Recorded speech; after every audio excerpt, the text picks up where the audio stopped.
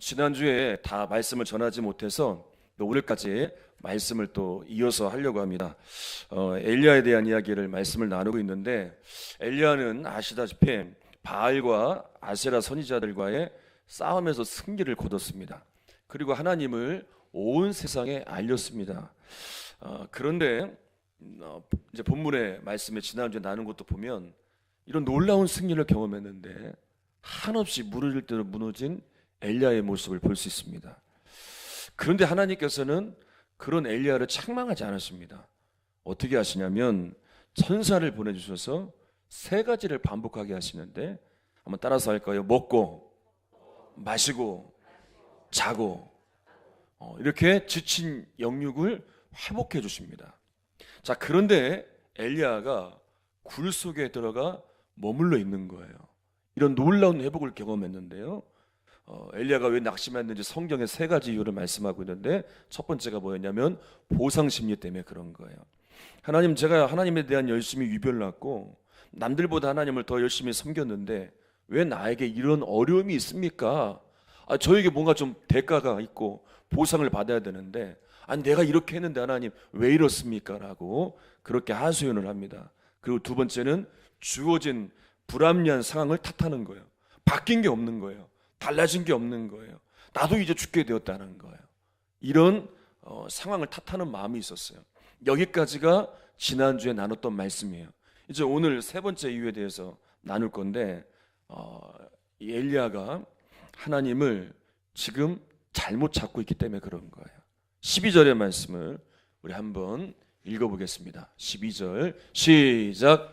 또 지진 후에 불이 있으나 불 가운데에도 여호와께서 계시지 아니하더니 불 후에 세미한 소리가 있는지라.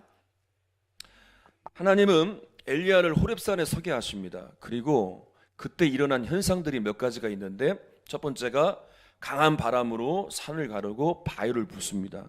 두 번째는 지진이 강하게 일어납니다. 세 번째는 불이 납니다.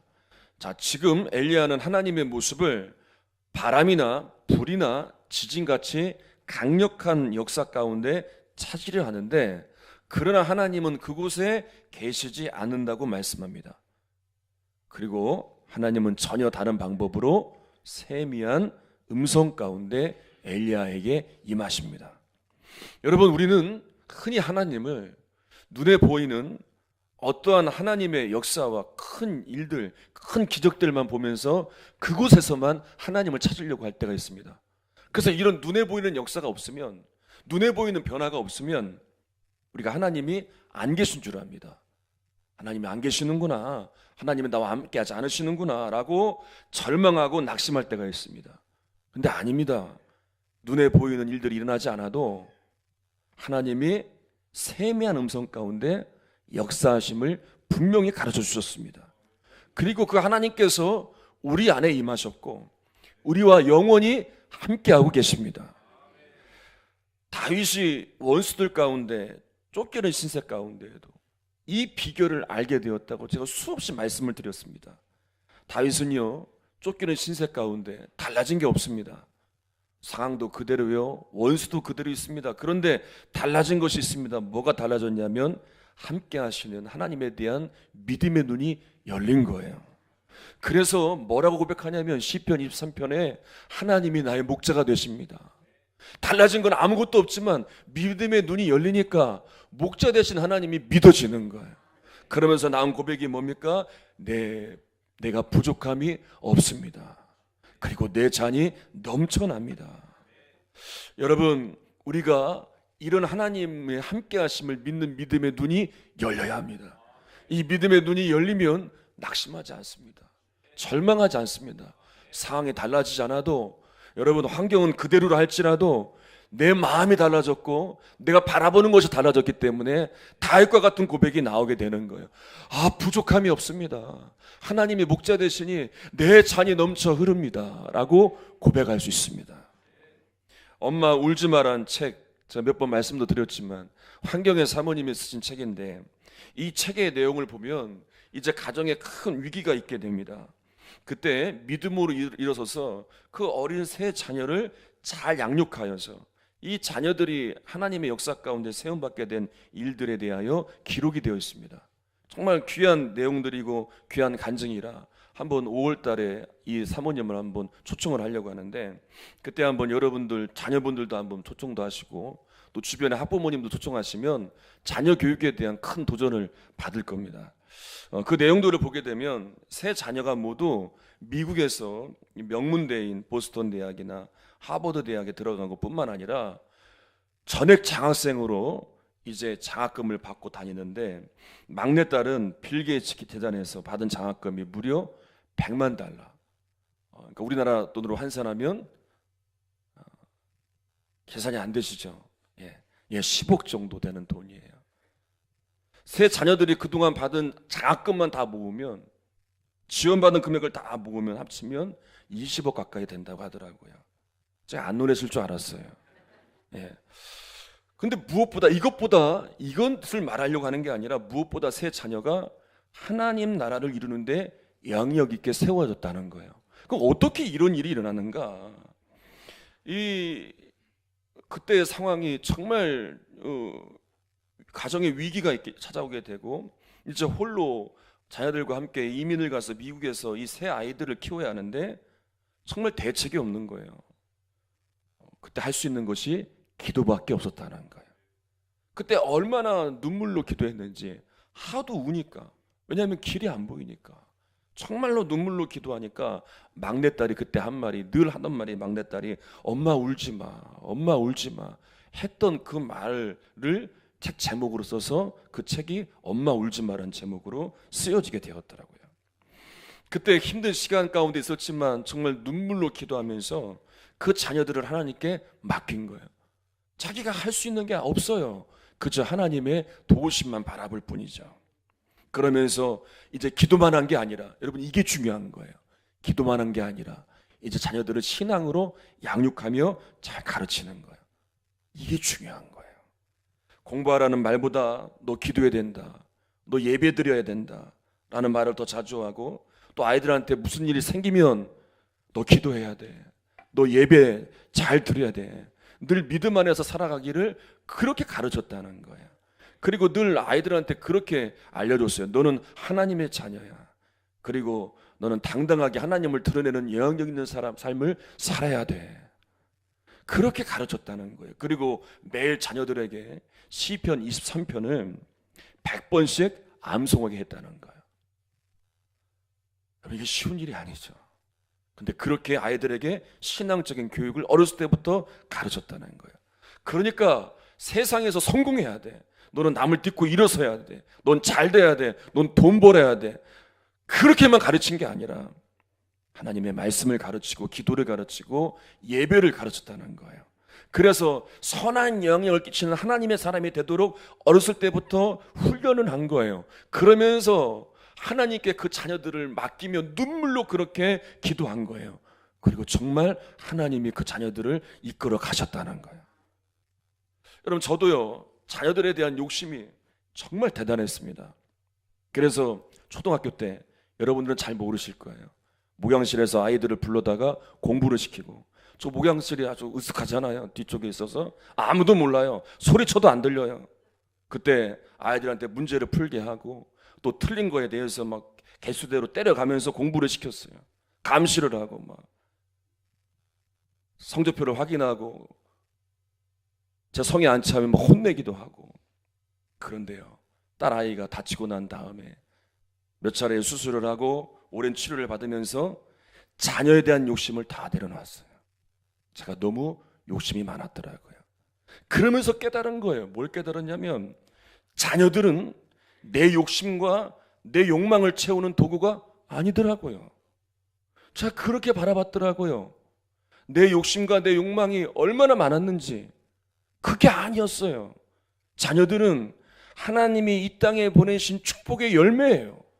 그래서 이들이 하나님의 은혜 가운데 선한 영역을 세울 수 있는 하나님의 일꾼이 되도록 세워주는, 그렇게 중보기도 하고 그런 신앙을 가르치고 말씀을 가르치는 책임이 바로 부모에게 있는 것을 제가 더 깨닫게 된 거예요. 오늘 이야기를 들으면 저희 아이들이 할렐루야를 외치고 공부를 안 할 수도 있지만, 자, 이런 위험을 감수하고라도 이야기하는 건, 저는 확실한 믿음이 있어요. 저 아이들뿐만 아니라 여기 있는 중고층 아이들이 정말 하나님께 맡기고 기도할 때 이 아이들을 통해서 하나님의 선한 역사들이 일어날 것이란 확실한 기대가 있어요. 근데 여러분 누구나 다 부모님들은 자녀들을 위해 기도하죠. 기도 안 하는 부모님들이 누가 있겠습니까? 내 자녀인데. 그런데요, 기도만 해서는 안 된다는 거예요.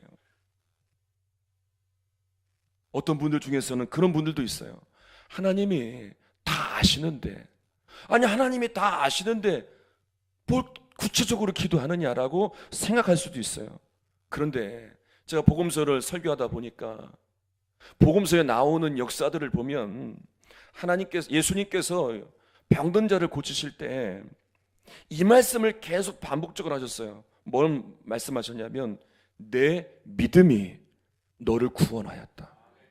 믿음 얘기를 꼭 하세요. 그리고 제자들을 향해서 그들을 책망하실 때 뭐가 없음을 책망하시느냐, 다른 것이 없다고 책망하신 게 아니라 너 믿음이 없다. 믿음이 없는 것에 대해서 왜 믿지 못하느냐, 그 믿음에 대해서 주님이 계속 강조를 하셨어요. 여러분, 하나님께서도 아브라함이 그냥 믿음의 조상이 된 것이 아니라 아브라함에게 그 귀한 아들, 가장 귀한 이삭을 요구하십니다. 아브라함에게 이삭은 정말 귀하잖아요. 근데 하나님이 왜 이삭을 요구하셨냐면 하나님이 이삭이 필요한 게 아니에요.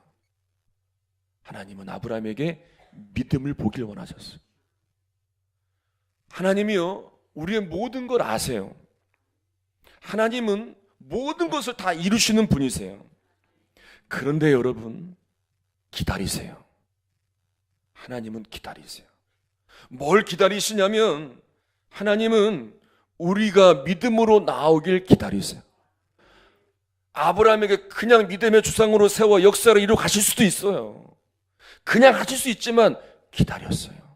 그 이삭을 하나님께 드릴 수 있는 믿음이 있는지를 보길 원하셨어요.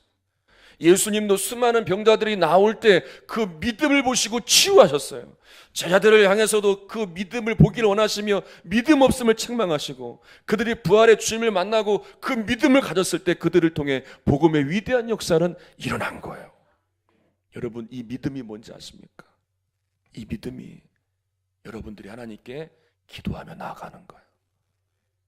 이제 여러분 정말 기도해야 돼요. 여러분 자녀들을 위해서 기도해야 되는데, 여러분 기도에 더 한 가지 더 해야 할 건 무엇이냐?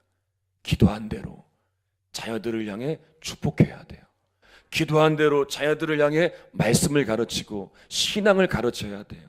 그러니까 내 욕심과 내 욕망을 채우기 위해서 내 기대에 미치지 못하면 그렇게 마음을 안타까워하는 것이 아니라 하나님의 사람으로 세워줄 수 있는 그런 열정과 열심을 가지고 자녀들을 바라보며 그렇게 인도해 줘야 돼요. 여러분들이 자녀들을 바라보는 그 시선이 달라지기를 바랍니다. 여러분들의 자녀들의 앞날의 문제, 앞길의 문제를 하나님께 맡기고 기도할 때, 또 여러분들의 자녀들을 신앙으로 잘 양육하며 이끌어줄 때, 여러분들의 자녀들이 정말 이 나라 이 땅 가운데 이 세계를 향해 열방을 향해 나아갈 하나님의 거룩한 일꾼들로 세워지는 놀라운 역사가 있기를 주님의 이름으로 축원합니다.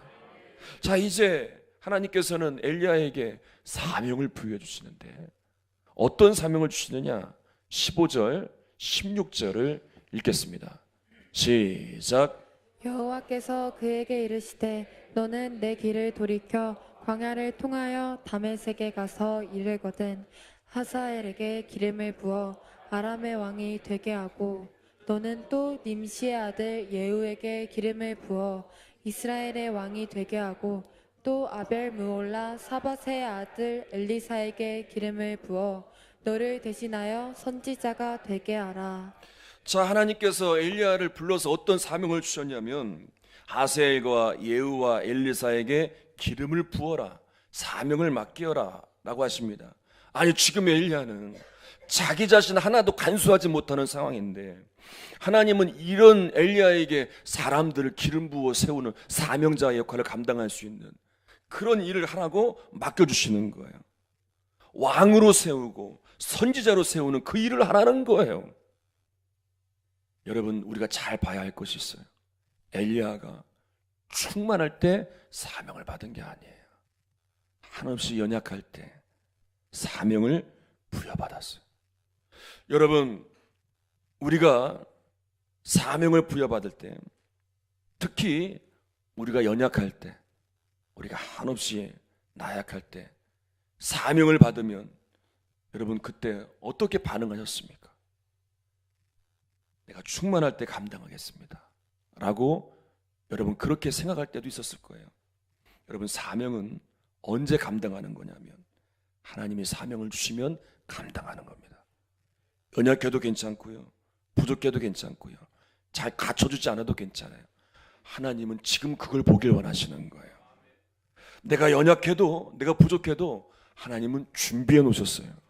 엘리야를 통해서 엘리야가 기름 붓는 그 왕과 선지자들이 세워질 때 그 뒤에 일어나는 일은 하나님이 하실 거예요. 엘리야는 그저 순종하며 기름을 부으면 되는 거예요.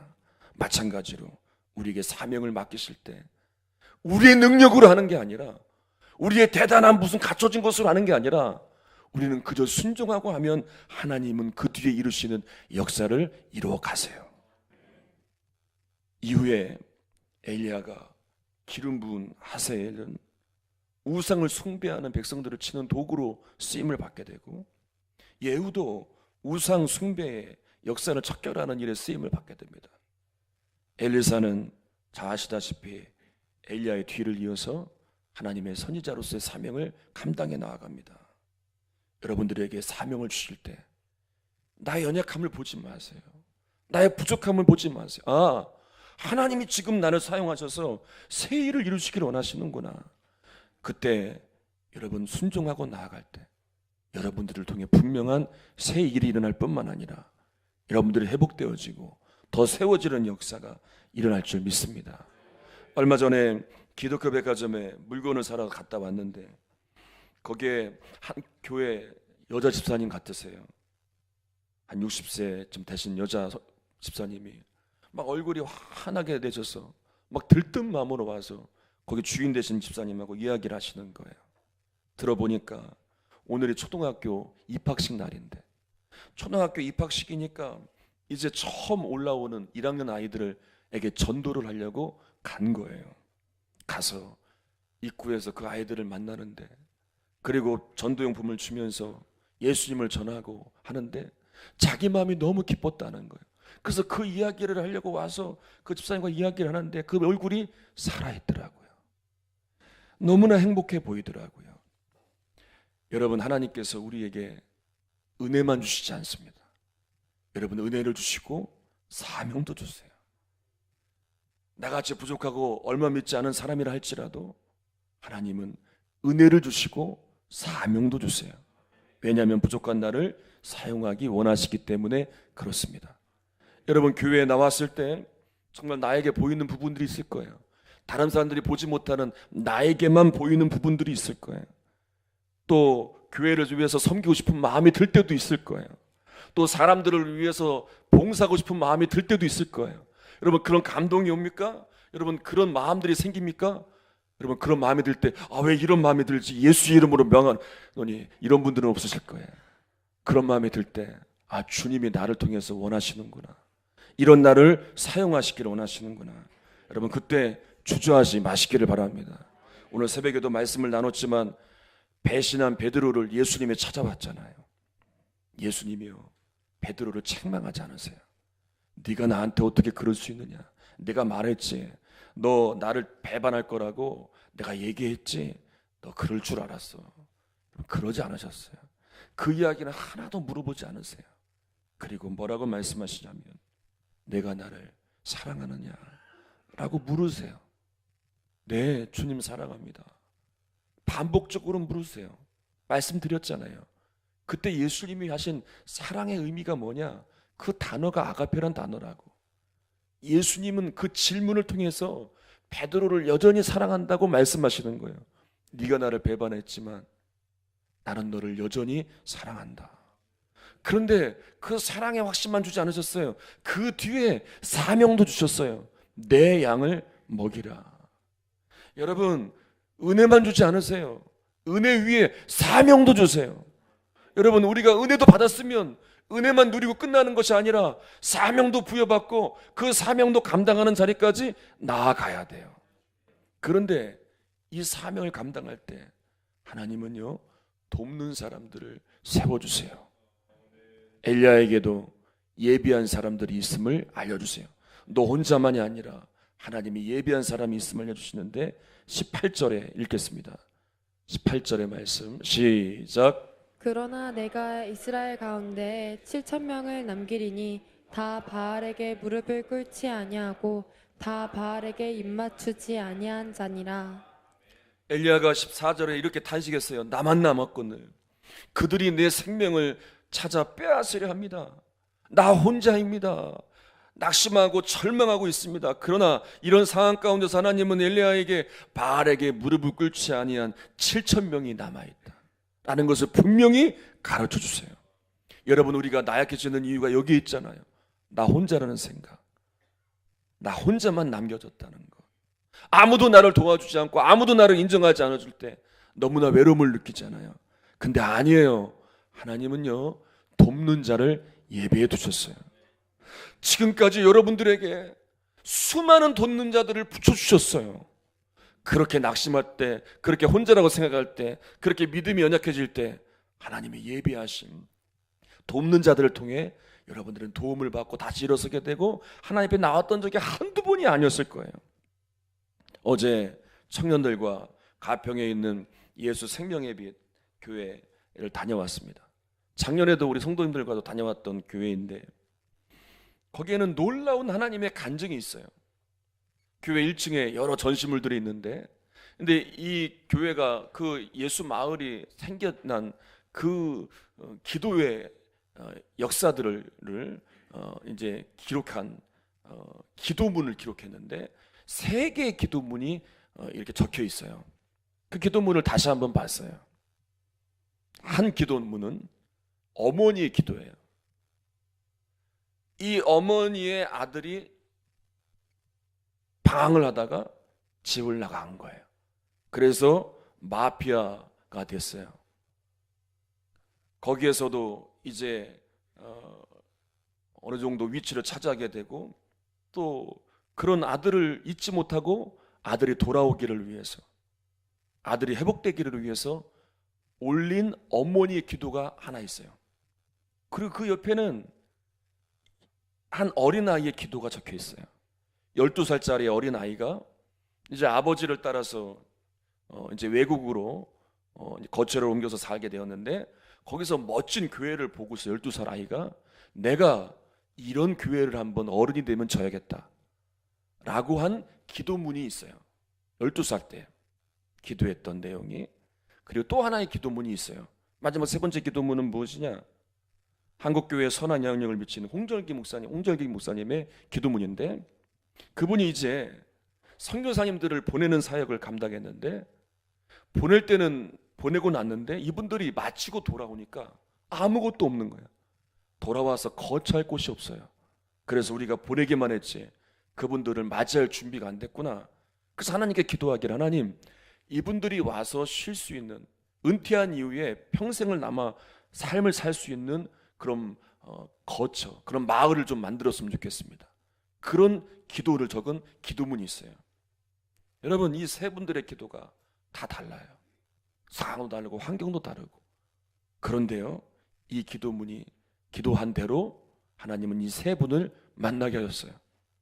그래서 이 마피아였던 이 아들이 고향에 우연히 찾아왔다가 오랜만에 찾아와서 어머니를 찾다 보니까 어머니가 교회에서 기도하는 거예요. 그 어머니가 눈물로 자기를 위해서 기도하는 모습을 보고 자기가 이제 달라져야 되겠다.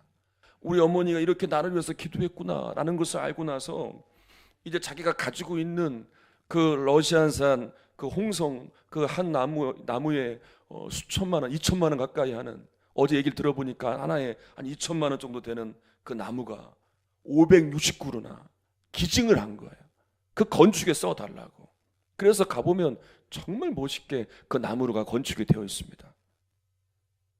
그리고 이 12살 어린아이의 기도대로 이후에 이제 23년이 지난 이후에 이분이 이제 유학을 갔다 와서 건축학과 교수가 되고 설계사가 돼서 이분이 그 건물을 설계하게 되고, 또 이 목사님이 기도한 대로 이런 모든 기증자와 이런 또 설계하시는 또 이분을 만나서 그런 아름다운 건축을 통해서 은퇴 선교사님들을 위한 마을, 그래서 그 이름도 예수 마을이라고 줬더라고요.